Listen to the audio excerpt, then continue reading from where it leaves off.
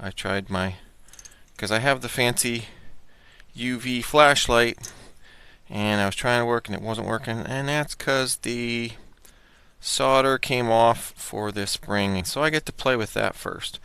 So first I gotta fix this, then I can try and fix this.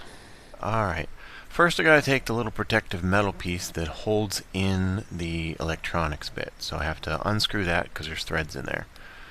So that took a little bit. Once I finally got that out, then I realized that that's a little bit dirty because I think batteries had died, so clean the gunk off from there. And then it's like, I'm going to be down close with that.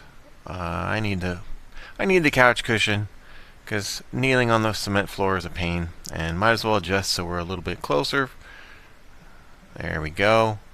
Alright, now get yeah, don't just solder without protective goggles, so at least do that. And then work and get the existing solder heated up to try and get it to stick. It's stuck a little bit. I want some extra solder on there, so put a little extra solder in there.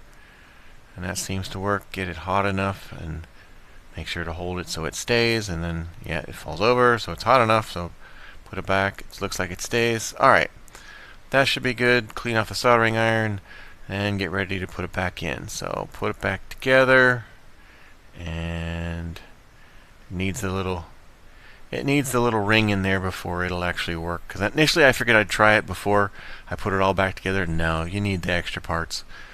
And then that thing, it turns out, comes out much easier than it goes in. I didn't cross thread it. It's just a little challenging to get back in there correctly. So once I got it started, I decided to get a little screwdriver because that was a little bit easier than fingers to go back in, because they install those with a tool. So you'd think it would make sense to do it that way. And I finally got that closer. It spins a lot. There's lots of threads. Alright, now it's in there. Hey, it lights up. That's awesome. Project 1 done.